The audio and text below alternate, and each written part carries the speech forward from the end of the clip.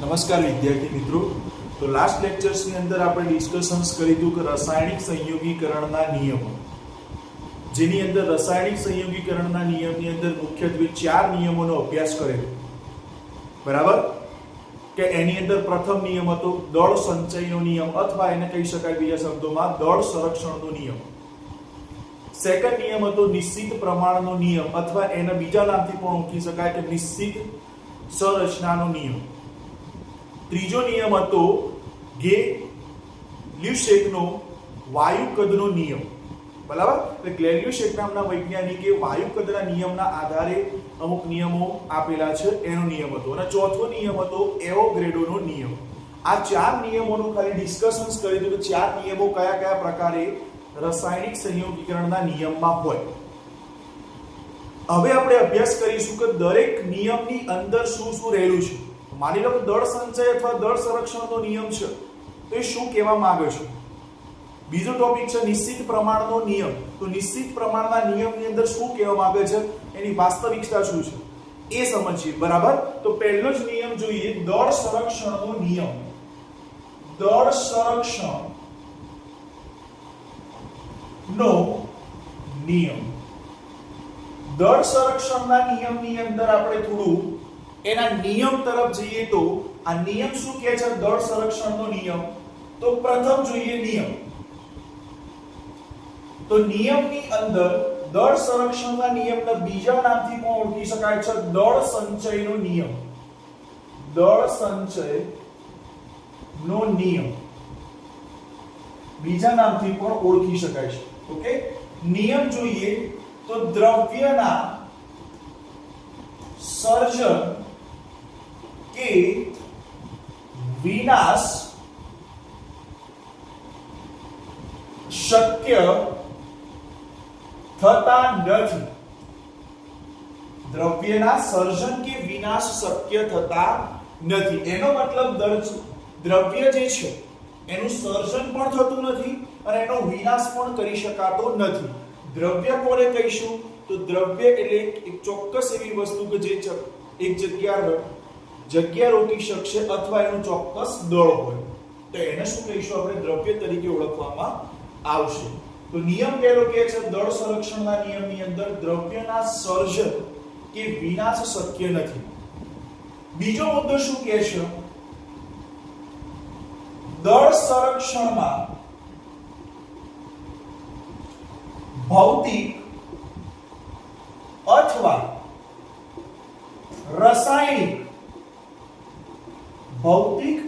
રાસાયણિક ફેરફારો માં પ્રક્રિયકોનું કુલ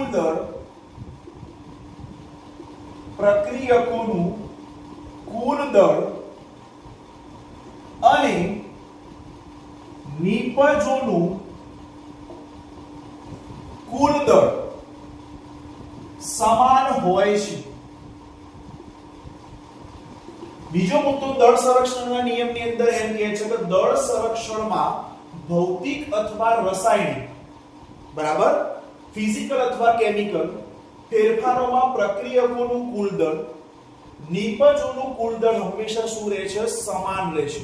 એનો મતલબ જે પ્રક્રિયકોનું કુલ દળ હશે એ જ નિપજોનું કુલ દળ જોવા મળશે। માની લો કે પ્રક્રિયકોનું કુલ દળ 100 ગ્રામ હોય તો નિપજોનું કુલ દળ પણ કેટલું જોવા મળશે? 100 ગ્રામ જોવા મળશે। તો દળ સંરક્ષણના નિયમની અંદર બીજો મુદ્દો કહે છે। હવે દળ સંરક્ષણનો નિયમ કયા પ્રકારના વૈજ્ઞાનિકે આપેલો છે? તો દળ સંરક્ષણનો નિયમ 1789 માં એન્ટોની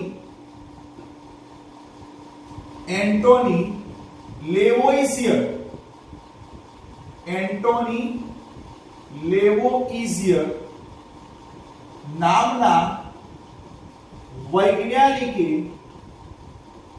આપેલ છે। તો દળ સંરક્ષણનો નિયમ કયા વૈજ્ઞાનિકે આપેલો છે? તો 1789 માં એન્ટોની લેવોઇઝિયર નામના વૈજ્ઞાનિકે આપેલો છે। લેવોઇઝિયર, આ વૈજ્ઞાનિક હતો લેવોઇઝિયર, જેની અંદર આ દળ સંરક્ષણનો નિયમ આપેલો છે 1789 ની અંદર. તો આ પ્રથમ ત્રણ મુદ્દા છે દળ સંરક્ષણના નિયમની અંદર. તો પહેલો મુદ્દો નિયમ કહે છે કે દ્રવ્યના સર્જન કે વિનાશ શક્ય થતા નથી. બરાબર. બીજો મુદ્દો કહે છે દળ સંરક્ષણમાં ભૌતિક અથવા રાસાયણિક ફેરફારોમાં પ્રક્રિયકોનું કુલ દળ નિપજોનું કુલ દળ હંમેશા શું હોય છે? સમાન હોય છે. ત્રીજો મુદ્દો કહે છે દળ સંરક્ષણનો નિયમ 1789 માં એન્ટોની લેવોઇઝિયર નામના વૈજ્ઞાનિકે આપેલ છે. બરાબર. ઓકે. આ ત્રણ મુદ્દા જે છે એ દળ સંરક્ષણના નિયમો પ્રથમ જોઈએ. નેક્સ્ટ જોઈએ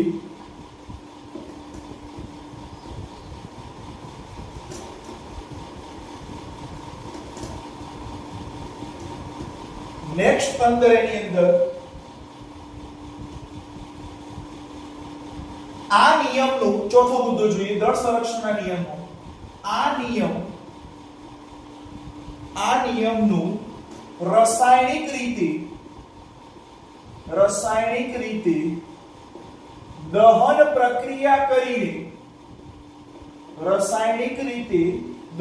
પ્રક્રિયા કરીને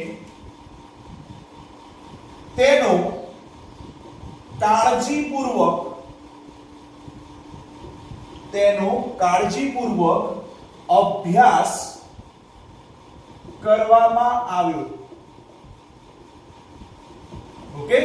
અહીંયા ચોથો મુદ્દો એમ કહે છે કે આ નિયમ રાસાયણિક રીતે દહન પ્રક્રિયાનો તેનો કાળજીપૂર્વક અભ્યાસ કરવામાં. એનો મતલબ આ દળ સંરક્ષણના નિયમની અંદર દહન પ્રક્રિયા અલગ અલગ પ્રકારે કરી છે અને કાળજીપૂર્વક એક માપન નક્કી કરેલું છે. બરાબર.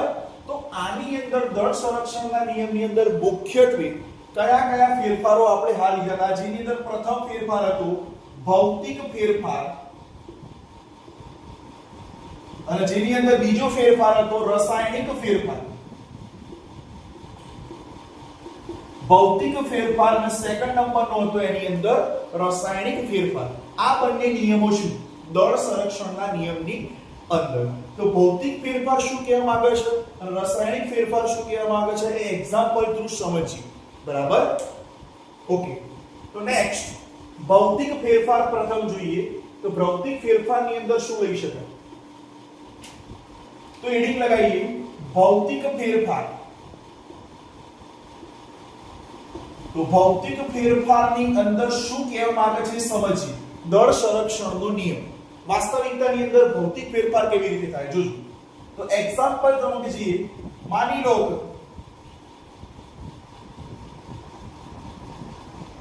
એક કોનિકલ ફ્લાસ્ક છે. બરાબર.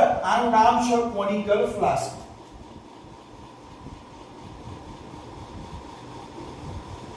ઓકે.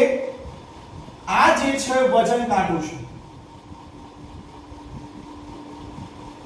ઓકે. આ કોનિકલ ફ્લાસ્ક છે જે કાચનો ફ્લાસ્ક હોય. બીજો એક પ્રકારનો કોનિકલ ફ્લાસ્ક લઈએ. બરાબર. આ નીચે જે છે એ વજન કાંટો છે.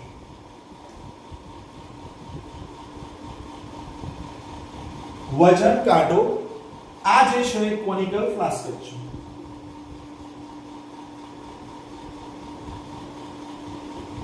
તો જેની અંદર આ જે કોનિકલ ફ્લાસ્ક લીધો છે એ જ કોનિકલ ફ્લાસ્ક આ છે. બરાબર. હવે અહીંયા પ્રશ્ન શું છે સમજીએ. પ્રથમ જે કોનિકલ ફ્લાસ્ક છે એ ફ્લાસ્કની અંદર અહીંયા અંદર બરફના ટુકડા છે. બરફના ટુકડા. બરાબર. જે કોનિકલ ફ્લાસ્ક લીધો છે એનો વજન કાંટા ઉપર મૂકેલો છે અને એ ફ્લાસ્કની અંદર બરફના ટુકડા રહેલા છે. બરાબર. જ્યારે બરફના ટુકડા અંદર રહેલા છે અને કોનિકલ ફ્લાસ્કનું વજન નોંધતા એનું વજન માની લો 100 ગ્રામ જોવા મળ્યું. કેટલા ગ્રામ જોવા મળ્યું? 100 ગ્રામ વજન જોવા મળ્યું વજન કાંટા ઉપર. જ્યારે કોનિકલ ફ્લાસ્કની અંદર બરફ અવસ્થામાં હતો ત્યારે. સેકન્ડ કન્ડિશન હવે કોનિકલ ફ્લાસ્ક લઈએ એના એ જ કોનિકલ ફ્લાસ્ક લેવાનો છે. હવે આ જે ફર્સ્ટ કોનિકલ ફ્લાસ્ક લીધો છે એને ગરમ કરવાનો છે થોડું. એટલે આ બરફના ટુકડા કઈ સ્થિતિમાં ફેરવાશે? પ્રવાહી સ્થિતિમાં. તો એનો મતલબ અહીંયા શું રહેલું છે? હવે પાણી રહેલું છે. અહીંયા શું લીધું છે હવે પાણી કેમ કારણ કે બરફના ટુકડાને જ્યારે પણ ગરમ કરવામાં આવશે નીચેથી તો એ અવસ્થા બદલી દેશે પાણી થઈ જશે બરફનું શેમાં રૂપાંતરણ થશે પાણીમાં ઓકે હવે સેકન્ડ વખતે જ્યારે એ જ કોનિકલ ફ્લાસ્કનું વજન નોંધવામાં આવ્યું ફરીથી બરફનો ટુકડો તો એ દરમિયાન વજન કેટલું હોય 100 ગ્રામ જ્યારે પાણી અવસ્થાની અંદર જશે એટલે લિક્વિડ ફોર્મમાં બનશે એ વખતે વજન કાંટાનું જ્યારે વજન નોંધવામાં આવ્યું એ પણ કેટલા ગ્રામ જોવા મળ્યું 100 ગ્રામ જોવા મળ્યું કેટલા ગ્રામ જોવા મળ્યું અહીંયા 100 ગ્રામ જોવા મળ્યું એનો મતલબ અહીંયા શું કહી શકાય કે જ્યારે ભૌતિક ફેરફાર થાય એનો મતલબ સૌપ્રથમ શું લીધું વજન કાંટા લીધા વજન કાંટા ઉપર કોનિકલ ફ્લાસ્ક મૂક્યો એની અંદર બરફના ટુકડા નાખ્યા બરફના ટુકડા નાખતા એનું વજન નોંધ્યું તો એનું વજન આવ્યું 100 ગ્રામ વજન બરાબર એ જ કોનિકલ ફ્લાસ્કને નીચેથી ગરમ કરવામાં આવશે એટલે બરફના ટુકડા પ્રવાહી સ્થિતિમાં પાણીમાં રૂપાંતરણ થશે એટલે પાણીની અંદર અવસ્થામાં જશે એ જ કોનિકલ ફ્લાસ્કનું ફરીથી વજન કાંટા ઉપર વજનની નોંધણી કરતા એ પણ નોંધણી કેટલી આવે છે 100 ગ્રામ જોવા મળે છે એનો મતલબ બરફના ટુકડા જે ઘન સ્થિતિમાં હતા એ શેમાં રૂપાંતર થઈ ગયા પ્રવાહી સ્થિતિમાં બરાબર એનો મતલબ ઘનમાંથી પ્રવાહીમાં રૂપાંતરણ થયું ભૌતિક ફેરફાર થયો પરંતુ એના દળની અંદર કોઈ ફેરફાર થતો નથી જે ઘન સ્થિતિમાં બરફના ટુકડાનું વજન કાંટા ઉપર જે વજન આવ્યું 100 ગ્રામ એ જ વજન પ્રવાહી સ્થિતિમાં પાણીમાં રૂપાંતરણ થતા પણ આવે છે એનો મતલબ એમ કહી શકાય કે દ્રવ્યનું સર્જન પણ નથી થયું અથવા દ્રવ્યનો વિનાશ પણ થતો નથી અને બંનેના દળ હંમેશા શું હશે સમાન જોવા મળશે તો આ ભૌતિક ફેરફારનો એક એક્ઝામ્પલ બેસ્ટ છે કે જેની અંદર ભૌતિક ફેરફાર તો થાય પરંતુ એના દળમાં કોઈ ફેરફાર થઈ શકતો નથી આ એક એક્ઝામ્પલ બેસ્ટ એક્ઝામ્પલ છે જે ભૌતિક ફેરફારના આધારે સમજી શકાય છે ખ્યાલ આવી ગયો આની સ્થિતિ લખવી હોય તો લખી દે કે શું સ્થિતિ છે તો ભૌતિક ફેરફારની અવસ્થિતિ લખીએ તો આ એક્ઝામ્પલ જોઈ લેજો એક્ઝામ્પલની અંદર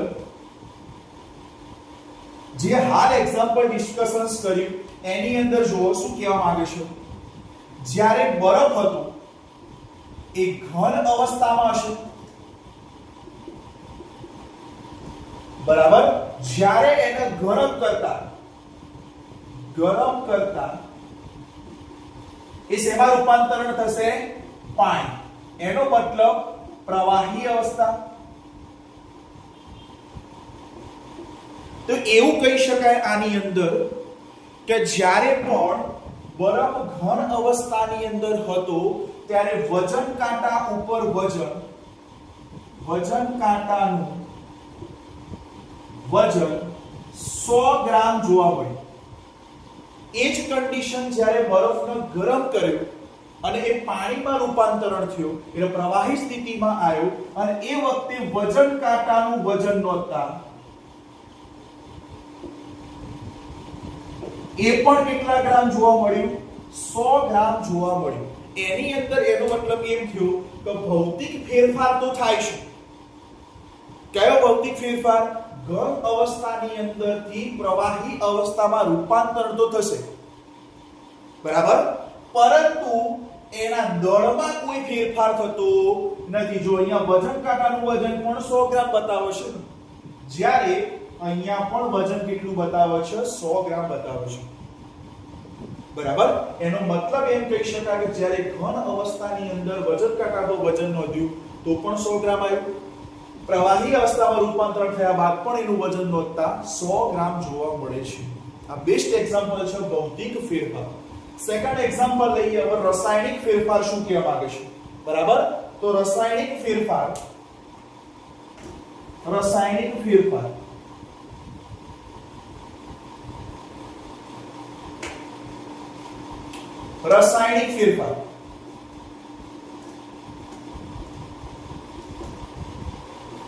તો રાસાયણિક ફેરફારની અંદર બેસ્ટ એક્ઝામ્પલ બે છે મુખ્યત્વે એની અંદર પહેલું એક્ઝામ્પલ લઈ શકાય કે એની અંદર વિઘટન પ્રક્રિયા તો વિઘટન પ્રક્રિયા કેવી રીતે જોવા મળશે દળ સંરક્ષણની અંદર? અને બીજી રાસાયણિક પ્રક્રિયા આપેલી છે અવક્ષેપણ પ્રક્રિયા. કઈ પ્રક્રિયા આપેલી છે? અવક્ષેપણ પ્રક્રિયા. તો રાસાયણિક ફેરફારની અંદર હવે જોવામાં આવશે દળ સંરક્ષણનો નિયમ. તો એની અંદર મુખ્યત્વે બે છે. તો એક પ્રક્રિયા જે ભણવાની છે વિઘટન પ્રક્રિયા છે. જે પણ પદાર્થો લેશો એનું વિઘટન થશે. અને સેકન્ડ નંબરની જે પ્રક્રિયા છે અવક્ષેપણ. એટલે બે પદાર્થોને મિશ્ર કરતા એ અવક્ષેપિત અવસ્થામાં જોવા મળશે એવી એક પ્રક્રિયા છે. તો રાસાયણિક ફેરફારમાં દળ સંરક્ષણનો નિયમ શું કહે છે? તો એની અંદર મુખ્યત્વે બે પ્રક્રિયા છે. વન બાય વન જોઈએ. એક પ્રક્રિયા જોઈએ અવક્ષેપણ પ્રક્રિયા અને એક પ્રક્રિયા જોઈએ વિઘટન પ્રક્રિયા. શું કહેવા માંગે છે સમજીએ. ઓકે, તો હેડિંગ લગાવીએ અવક્ષેપણ પ્રક્રિયા. રાસાયણિક ફેરફારની અંદર પહેલી પ્રક્રિયા જોવાની છે અવક્ષેપણ પ્રક્રિયા.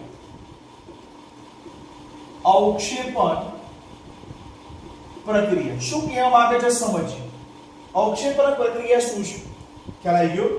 તો એની અંદર સૌપ્રથમ એક એક્સપેરિમેન્ટ કરવામાં. હવે એક્સપેરિમેન્ટની અંદર રાસાયણિક ફેરફારની અંદર અવક્ષેપણ પ્રક્રિયા જે કરીએ તો એની અંદર એક એક્સપેરિમેન્ટ કરવામાં આવે. એક્સપેરિમેન્ટ એવો હતો કે એને એક H ટ્યુબ લીધી. હવે અહીંયા એક્ઝામ્પલ તરીકે આપણે H ટ્યુબ બનાવીએ છીએ.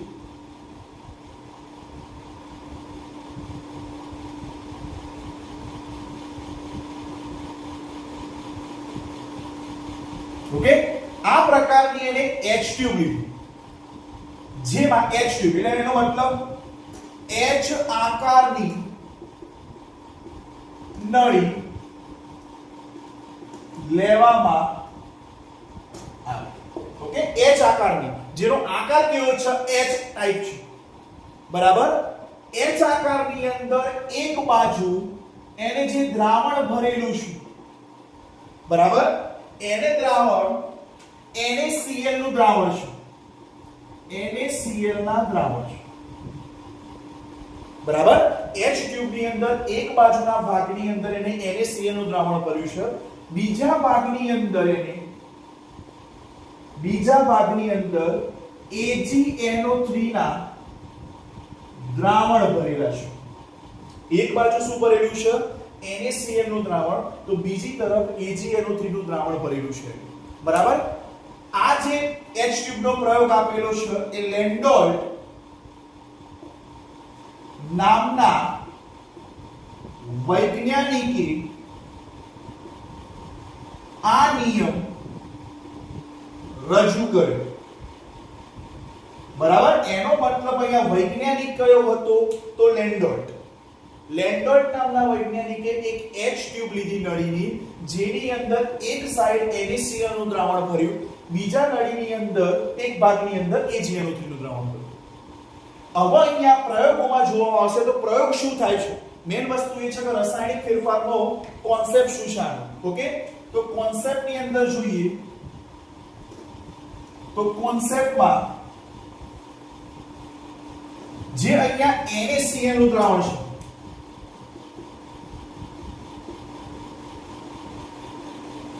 ઓકે, H ટ્યુબ એક બાજુના ભાગની અંદર NaCl નું દ્રાવણ, બીજી બાજુના ભાગની અંદર AgNO3 નું દ્રાવણ. હવે અહીંયા જે આખી H ટ્યુબ છે એ H ટ્યુબના વજન કાંટા ઉપર મૂકતા, શેના ઉપર મૂકવાની છે?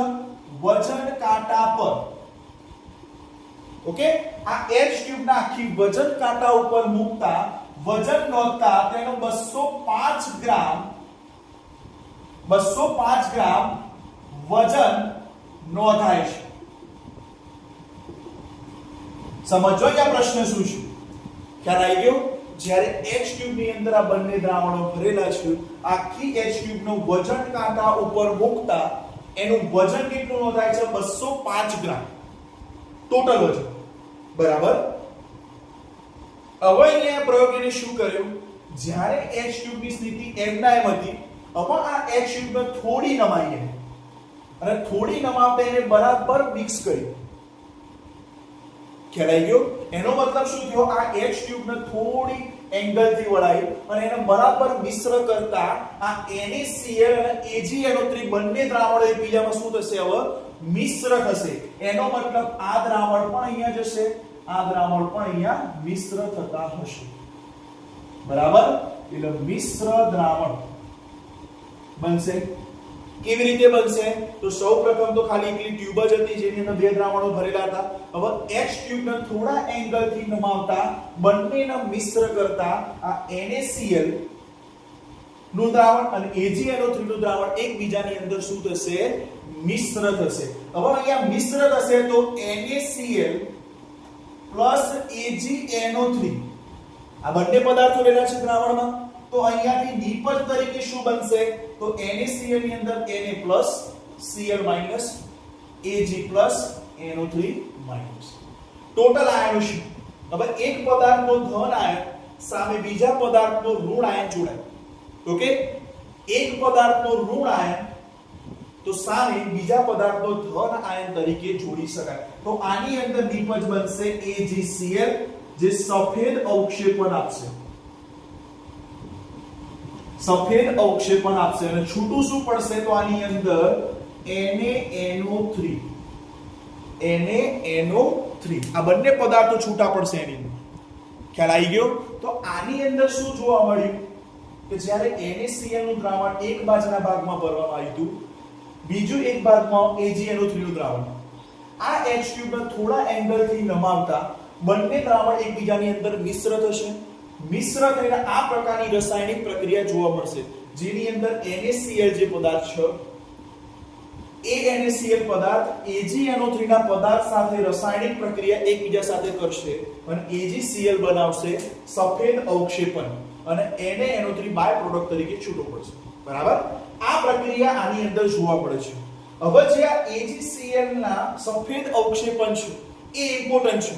કેમ ઇમ્પોર્ટન્ટ છે? કે જ્યારે પણ બંને અલગ અલગ દ્રાવણ હતા એ વખતેનું વજન, કાંટા પરનું વજન 205 ગ્રામ નોંધાયું, રાઈટ? હવે અહીંયા જોવાનું છે કે જ્યારે બંનેને મિશ્ર કરવામાં આવશે તો એનું વજન કેટલું જોવામાં આવશે. તો એ વજનની નોંધણી કરવાની છે એક્સપેરિમેન્ટમાં, તો એ ચેક કરીએ. તો અહીંયા એક્સપેરિમેન્ટની અંદર આ જે દ્રાવણ છે NaCl નું દ્રાવણ છે. ઓકે, NaCl ના દ્રાવણ. Okay, right, sorry, clear? Okay, હવે નેક્સ્ટ અહીંયા શું કરવાનું છે? તો આ જે ખાલી ઓન્લી ફોર ટ્યુબ હતી એ વખતે વજન કાંટાનું વજન 205 ગ્રામ જોવા મળ્યું, બરાબર? હવે અહીંયા જ્યારે બંને H ટ્યુબને થોડા એંગલથી નમાવતા મિશ્ર કરવામાં આવશે તો મિશ્ર દ્રાવણ થતા AgCl ના અવક્ષેપણ ના વજન, મિશ્ર દ્રાવણ થતા AgCl ના અવક્ષેપણના વજન કાંટા પર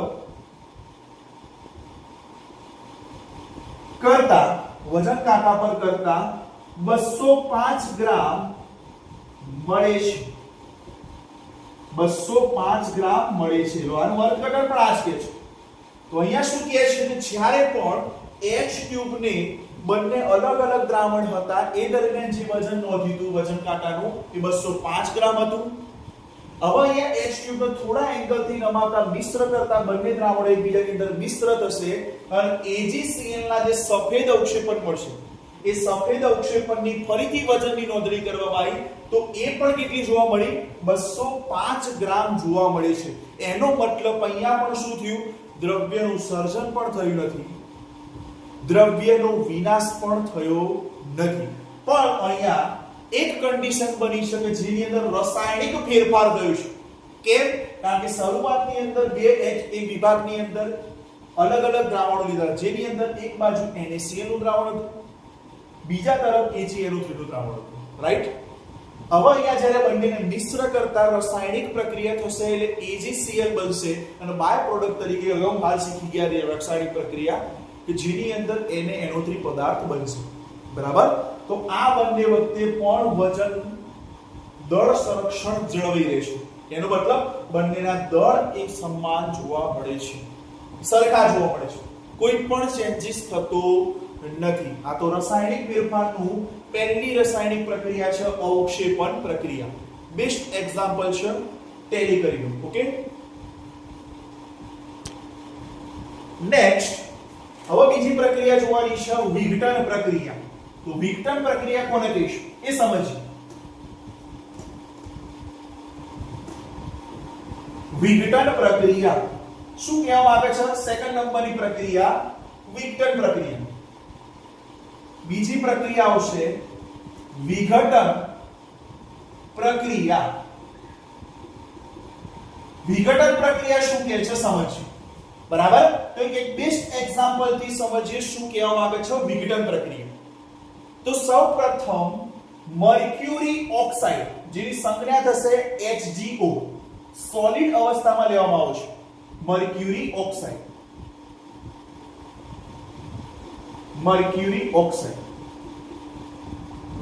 જ્યારે આનું વિઘટન થતા બે અલગ અલગ પદાર્થોમાં વિભાજન થશે. તો એક બનશે અહીંયા અહીંયા બેલેન્સિંગ રિએક્શન લખી દઈએ 1/2 O2. ઓકે, બરાબર. તો અહીંયા મર્ક્યુરી ઓક્સાઇડ નું જ્યારે વિઘટન થતા એક પદાર્થ છૂટો થશે મર્ક્યુરી અને બીજો પદાર્થ અહીંયા ઓક્સિજન વાયુ મળશે. શું મળશે? ઓક્સિજન વાયુ મળશે. ખ્યાલ આવી ગયો? તો આ વિઘટન પ્રક્રિયા છે, સમજવાની છે શું કહેવા માંગે છે. જ્યારે મર્ક્યુરી ઓક્સાઇડ નું વિઘટન થતા એક મર્ક્યુરી છૂટું પડશે અને બીજો ઓક્સિજન વાયુ છૂટો પડશે. તો એક એક્સપેરિમેન્ટ થ્રુ સમજીએ શું કહેવા માંગે છે. બરાબર, તો અહીંયા એક આકૃતિ છે દોરવાની છે.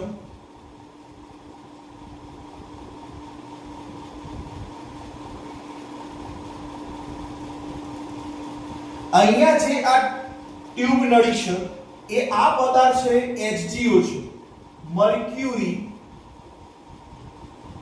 ઓક્સાઇડ. બરાબર, આ પદાર્થ જે રહેલો છે આ નળીની અંદર એ મર્ક્યુરી ઓક્સાઇડ છે. બરાબર, હવે જ્યારે આની અંદર રાસાયણિક પ્રક્રિયા કરી એ પહેલા સમજીએ.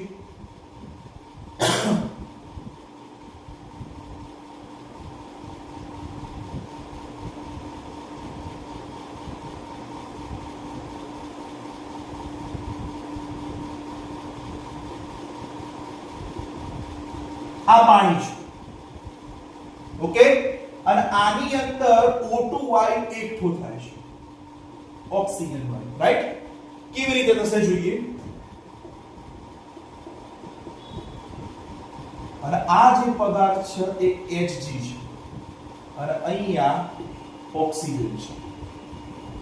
ઓકે, કઈક આવી પ્રોસેસ છે પણ સમજવાનો કોન્સેપ્ટ એ છે શું કહેવા માંગે છે વિઘટન પ્રક્રિયા. તો મર્ક્યુરી ઓક્સાઇડ ને એક નળીની અંદર લેવામાં આવશે. બરાબર, તો આ જે મર્ક્યુરી ઓક્સાઇડ પદાર્થ છે એને એક કાચની નળીમાં નીચે લીધો છે. જો HgO મર્ક્યુરી ઓક્સાઇડ. હવે જ્યારે આ પદાર્થને ગરમ કરો અને ગરમ કરતા જ્યારે આનું વિઘટન થશે તો કયા બે રૂપાંતર થશે? એક મર્ક્યુરી બનશે અને સેકન્ડ નંબરનો બીજો પદાર્થ બનશે ઓક્સિજન વાયુ. બરાબર, તો અહીંયા જ્યારે HgO ને ગરમ કરવામાં આવશે એટલે એક પદાર્થ છૂટો પડ્યો Hg મર્ક્યુરી જે અહીંયા દેખાયો છે. જો પહેલા આવો પદાર્થ હતો એટલે ગરમ કરતા છૂટો પડ્યો આ બધા મર્ક્યુરી પદાર્થ છે. પરંતુ જે આમાંથી બીજો પદાર્થ ઓક્સિજન વાયુ છૂટો પડવાનો છે અહીંયા નળી મારફતે આ પાણીમાં દ્રાવ્ય થશે અને પાણીમાં એકઠો કરવામાં આવશે. રાઈટ? હવે પાણીની અંદર આ ઓક્સિજન વાયુ એકઠો થયેલો છે.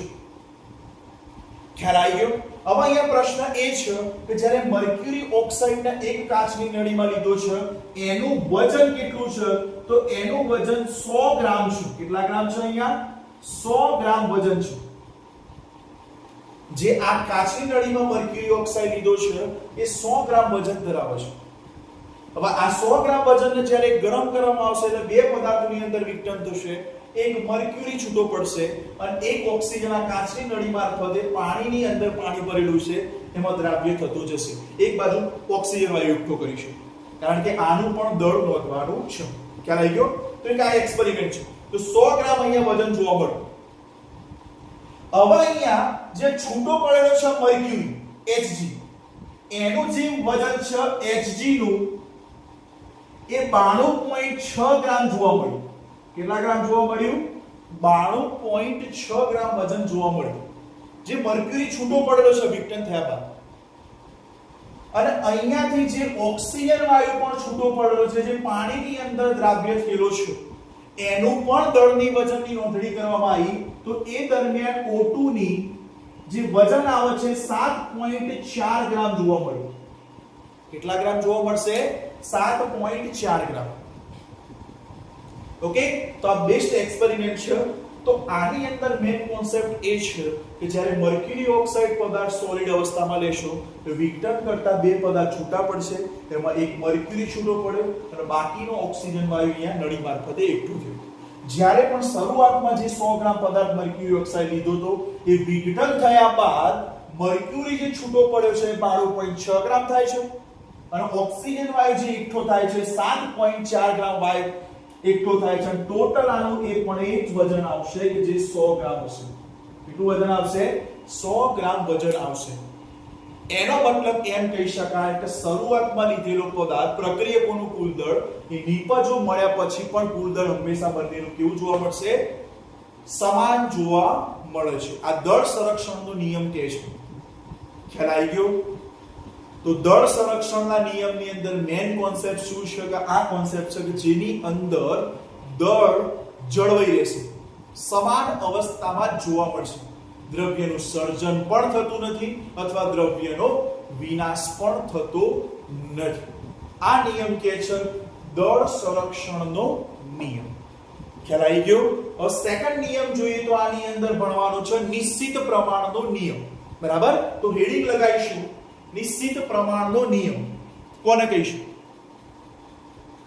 ઓકે, તો નિશ્ચિત પ્રમાણનો નિયમ બેસ્ટ છે એક્સરસાઇઝ, એ પણ સમજીએ શું કહેવા માંગે છે.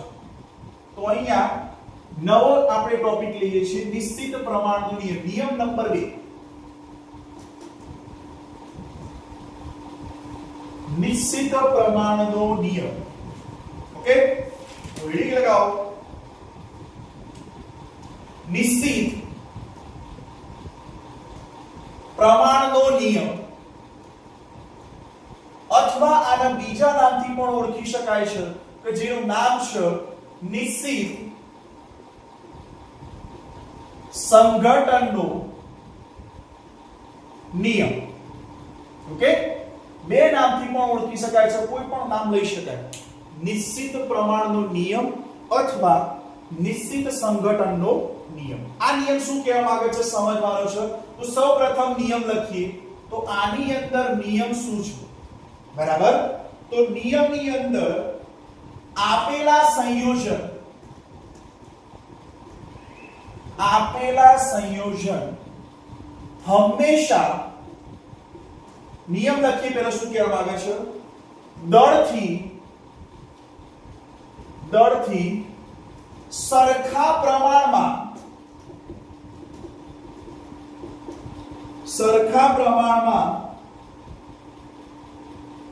તત્વો ધરાવે છે. સરખા પ્રમાણમાં શું ધરાવશે? તત્વો ધરાવે છે. નિયમ શું કહે છે? નિશ્ચિત પ્રમાણો જોઈએ તો નિયમ એમ કહે છે કે આપેલા સંયોજન હંમેશા દળથી સરખા પ્રમાણમાં તત્વો ધરાવે છે. નિયમ તો ખ્યાલ આવી ગયો. શું કહેવા માંગે છે કે જે પણ સંયોજન હશે એમાં જે તત્વો રહેલા છે, માની લો કે સંયોજન એક હોય, એની અંદર કાર્બન, હાઇડ્રોજન, ઓક્સિજન કોઈ પણ તત્વો હોય, તો એ તત્વોનું જે દળ છે એ જ દળ દરેક વખતે સમાન જોવા મળશે. બરાબર? ખ્યાલ આવી ગયો? એક એક્ઝામ્પલ સમજીએ એટલે ખ્યાલ આવશે. નિયમ એમ કહે છે કે આપેલા સંયોજન હંમેશા દળથી સરખા પ્રમાણમાં તત્વો ધરાવે છે. ખ્યાલ આવી ગયો? કયા પ્રકારના વૈજ્ઞાનિકે આપેલો છે? તો આ નિયમ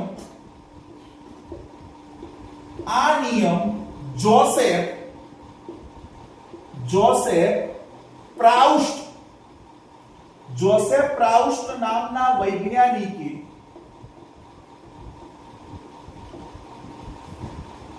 આપેલ છે. તો આ નિયમ કોને આપેલો છે? તો આ નિયમ આપેલો છે કયા પ્રકારના વૈજ્ઞાનિકે આપેલો છે? તો જોસેફ પ્રાઉસ્ટ નામના વૈજ્ઞાનિકે આપેલો છે આ નિયમ. બરાબર, નિશ્ચિત પ્રમાણનો નિયમ. ખ્યાલ આવી ગયો? નેક્સ્ટ જોઈએ આનું એક્ઝામ્પલ શું છે. હવે એક્ઝામ્પલ થી જ ખ્યાલ આવશે. બરાબર, તો આ નિયમ શું કહે છે? તો એક્ઝામ્પલ થ્રુ સમજીએ. ઓકે, તો એક્ઝામ્પલ નંબર 1 શું કહેવામાં આવે છે સમજીએ. ઓકે, હવે અહીંયા મુખ્યત્વે 3 બીકર લેવામાં આવશે. બીકરના નામ આપી દઈએ. Beaker A, beaker B,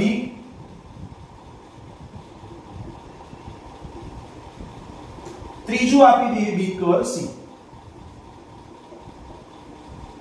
3 beaker છે આપણા જોડે. બરાબર, 3 બીકર આપણા જોડે રહેલા છે. એક્ઝામ્પલ છે શું કહેવા માંગે છે સમજવાનો છે નિશ્ચિત પ્રમાણનો નિયમ. બીકર 1, બીકર 2, બીકર 3 અને નામ આપેલા છે beaker A, beaker B, beaker C. Okay, જે બીકર A છે, બીકર A છે એની અંદર જે પાણી ભરવાનું છે વરસાદનું પાણી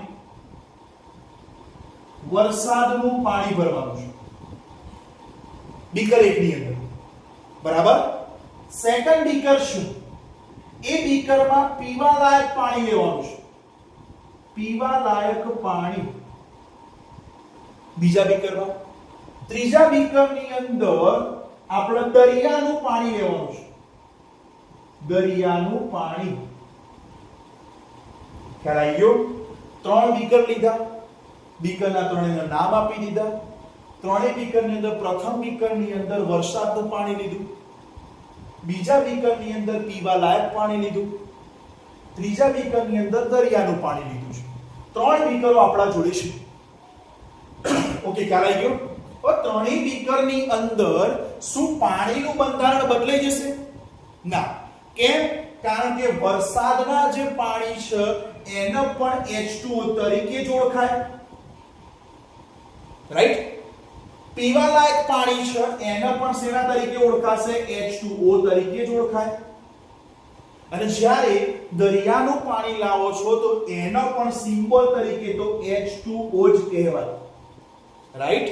ભલે 3 બીકરની અંદર પાણીની અવસ્થા અલગ અલગ છે. જો આ વરસાદનું પાણી છે, આ પીવાલાયક પાણી છે અને દરિયાનું પાણી ખારાશ પાણી છે, પણ એનો સિમ્બોલ સ્ટ્રક્ચર ન બદલે. જો પાણી H2O જ કહેવાશે, H2O જ કહેવાશે અને અહીંયા H2O જ કહેવાશે.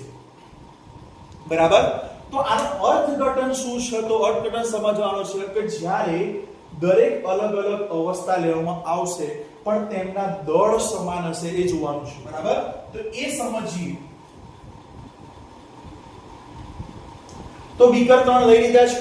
હવે અહીંયા 3 બીકરના પરમાણ્વીય દળ જોઈએ. બરાબર, તો ખ્યાલ આવશે. તો આ એક્ઝામ્પલ છે, એક્ઝામ્પલ લખી રાખજો. હવે અહીંયા એ જ એક્ઝામ્પલ ની અંદર દળ જોવાના છે ખાસ કરી. તો અહીંયા એક્ઝામ્પલ જે બીકર નંબર A લીધો, બીકર A. બરાબર, એની અંદર હાઇડ્રોજન અને ઓક્સિજનનું પ્રમાણ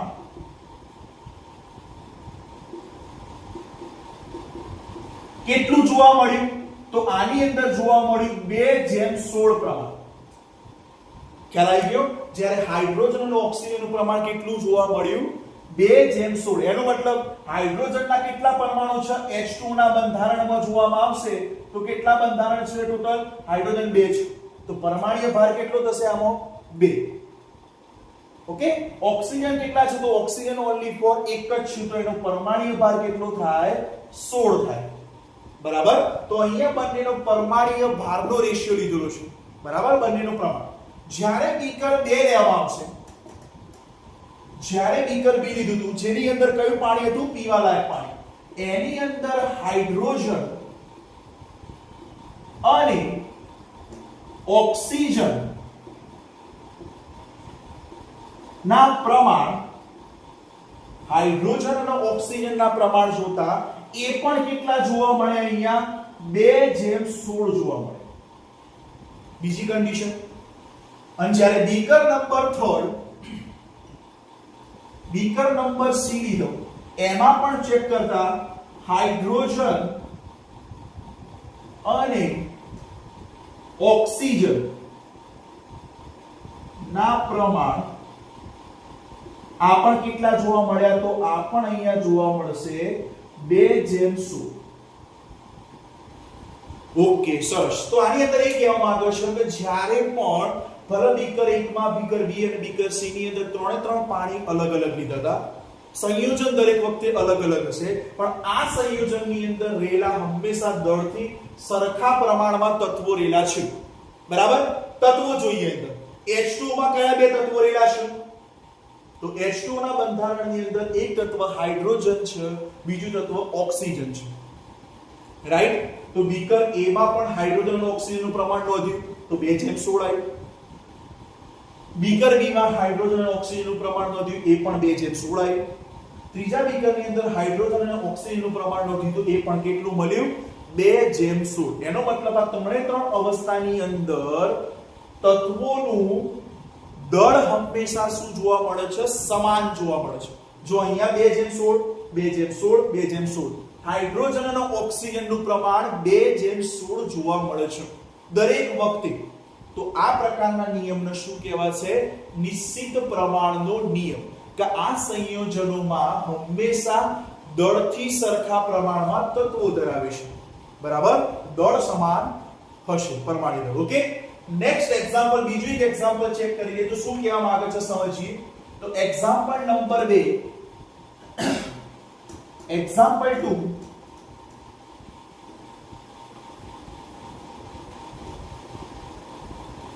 તો એક્ઝામ્પલ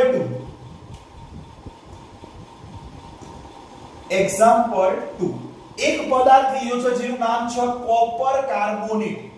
બરાબર? એક પદાર્થ છે જેનું નામ શું છે અહીંયા? Copper carbonate.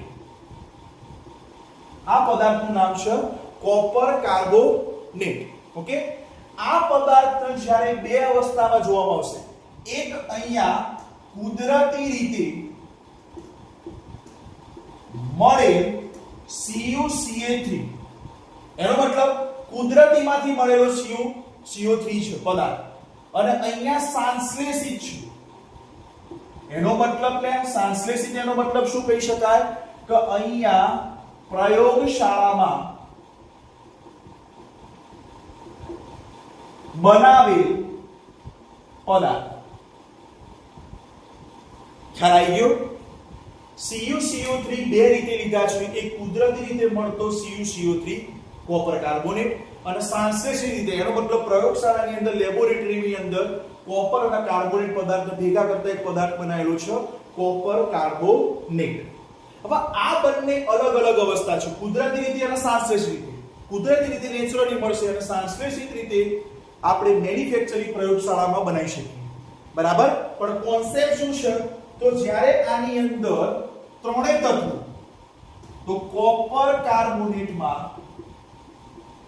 ત્રણેય તત્વો, જેમાં કયા તત્વો છે? કોપર, ઓક્સિજન અને કાર્બનના પ્રમાણ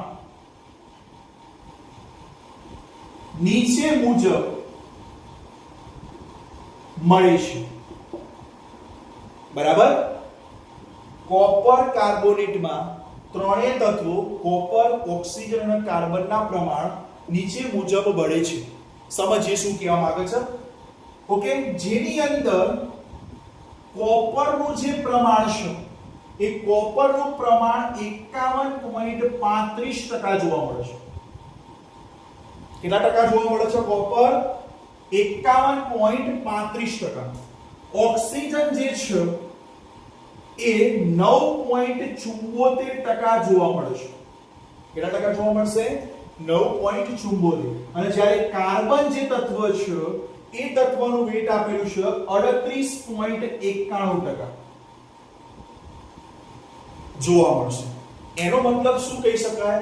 કે જે કોપર કાર્બોનેટ પદાર્થ છે એને કુદરતી રીતે મળેલું અને એક સંશ્લેષિત રીતે મળેલું, આ બંને પદાર્થમાં તત્વો તો એક જ છે, કોપર, ઓક્સિજન અને કાર્બન. આમાં પણ એ જ, આમાં પણ એ જ. પણ આની અંદર જે પ્રમાણ આપેલું છે એમાં કોપરનું જે પ્રમાણ છે 51.35%, ઓક્સિજનનું પ્રમાણ 9.74%, કાર્બનનું પ્રમાણ 38.91% છે. તો આ દળ દરેક વખતે શું જોવા મળશે? હંમેશા સમાન જોવા મળશે. કઈ સ્થિતિમાં? જ્યારે કુદરતી રીતે મળેલો કોપર કાર્બોનેટ છે એમાં પણ આ ત્રણેય ઘટકોનું પ્રમાણ તત્વોનું, સાંશ્લેષિત રીતે મળેલો કોપર કાર્બોનેટ એમાં પણ કોપર અને ઓક્સિજન અને કાર્બનનું પ્રમાણ બંને સ્થિતિની અંદર સમાન જોવા મળશે. બરાબર? તો આ પ્રકારના નિયમને કહેવાશે નિશ્ચિત પ્રમાણનો નિયમ. શું કહેવાશે? નિશ્ચિત પ્રમાણનો નિયમ. ઓકે? તો આ જે બે નિયમનો આપણે અભ્યાસ કર્યો કે જેની અંદર પ્રથમ નિયમ હતો દળ સંચયનો નિયમ અથવા દળ સંરક્ષણનો નિયમ. બીજા પ્રકારનો નિયમ છે નિશ્ચિત પ્રમાણનો નિયમ અથવા નિશ્ચિત સંઘટનનો નિયમ. તો આ બંને નિયમો રાસાયણિક સંયોગીકરણના નિયમો છે. હવે નેક્સ્ટ નિયમની અંદર બે નિયમો ભણવાના છે કે જેની અંદર ગેલ્યુસેકે આપેલો વાયુ કદનો નિયમ, બીજો નિયમ ભણવાનો છે એની અંદર એવોગ્રેડોનો નિયમ. તો આ બે નિયમોનો અભ્યાસ નેક્સ્ટ લેક્ચરની અંદર અભ્યાસ કરીશું. Okay, all the very best.